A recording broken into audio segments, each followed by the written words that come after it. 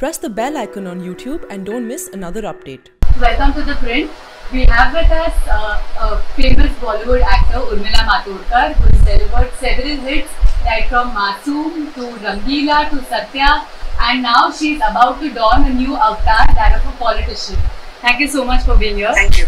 So just to begin with, how did you get into this? Did you have it in your mind that sometime down the line you want to join politics? No, absolutely didn't. No, that was the last thing on my mind, as a matter of fact.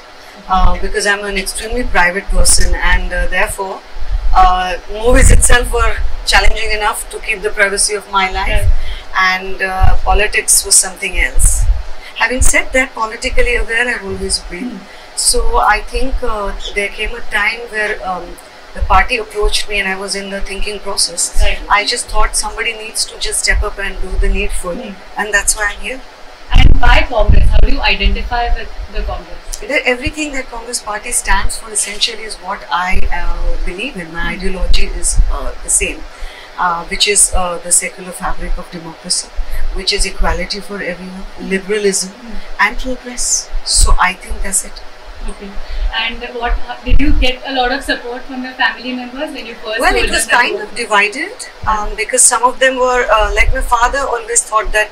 Well, he didn't think I should join politics, but he always was encouraging for me to take up my stands on various issues and do the needful as an actor. Right. Because he believes that actor is a part of the society and he does need to do something in return for the society. So, but the rest of them were very concerned. My sister was particularly concerned because she knows what kind of a private person I've been. Right. And well, there's nothing private here. And there's nothing normal either anymore. Everything is put a question mark on. Right. And suddenly there's question mark on my religion, my origin, my even my city, my everything. So I think it's quite amusing. So she was aware of that it's going to be difficult. So it was a bit divided, but then eventually they all gave in because they thought that I had sort of made up my mind.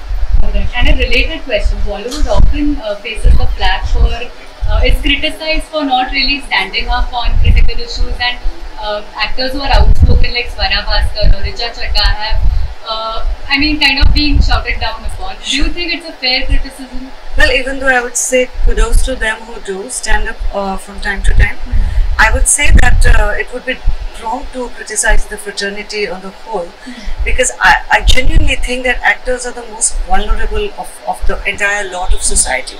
A lot is dependent on the people, and right now, well, the government, number one. Forget the people, nobody is important. The only one party important, which is governing the country. So that's why then when you are in that vulnerable situation and you're a creative-minded person, it becomes difficult to take up a stand. Right. And later on, taking up a stand, if you are suddenly in a country where even if you speak anything normal, that is also put against you and made to sound like you are some kind of Deshadrohi and you should leave the country, I think the rest of them would be worried, no? And the constituency that you're going to contest from Mumbai North has been a BJP bastion. Several Congress leaders, for a long time there was no candidate coming forward. How do you plan to take on this challenge? Well, I don't have any plans as such. I'm going to take one step at a time.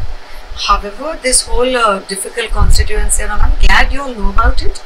But I think let's not make an issue about that. There is only one thing that is extremely powerful and that cannot be beaten in democracy, and that is people. That's it. So that is the only place where the strength lies. The rest is all hogwash, and it is often, sorry to say, also media created. Okay. What issues do you plan to highlight from this constituency if elected? Well, most certainly the issues of housing, because I've just spent my entire morning in the slum dwellers areas, and they have extremely difficult state of living. So that is the redevelopment of those areas is going to be the main thing. Lots of the plots have been used for other purposes than what they were meant to be used, which the entire constituency is aware of. Right. So that is another issue that, that's already done. So I wonder if anything can be done into it. But so therefore in the future that and an unemployment issue, which has been honestly an issue in Bombay for a very long time, because so many people come into Bombay hoping for a dream job and dream life. So but it has to be addressed with more fervent than before. And you've lived in Mumbai, so what do you think overall about the performance of the Devendra Fadnavis government and the representation that the 6 BJP and Shiv Sena MPs have given to the people of Mumbai in the parliament?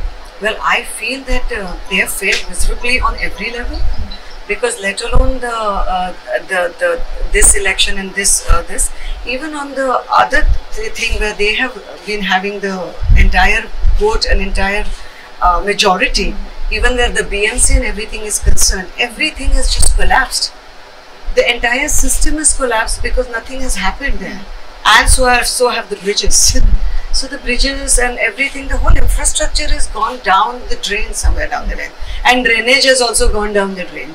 We are paranoid already that what is going to happen in the monsoons. So before the last monsoon is over, we are already worrying about the next monsoon. And it speaks very, very sadly about the entire management of this government on both the levels, central as well as state level. And final question, young voters are a huge constituency in this election. Last election too, they were a huge constituency.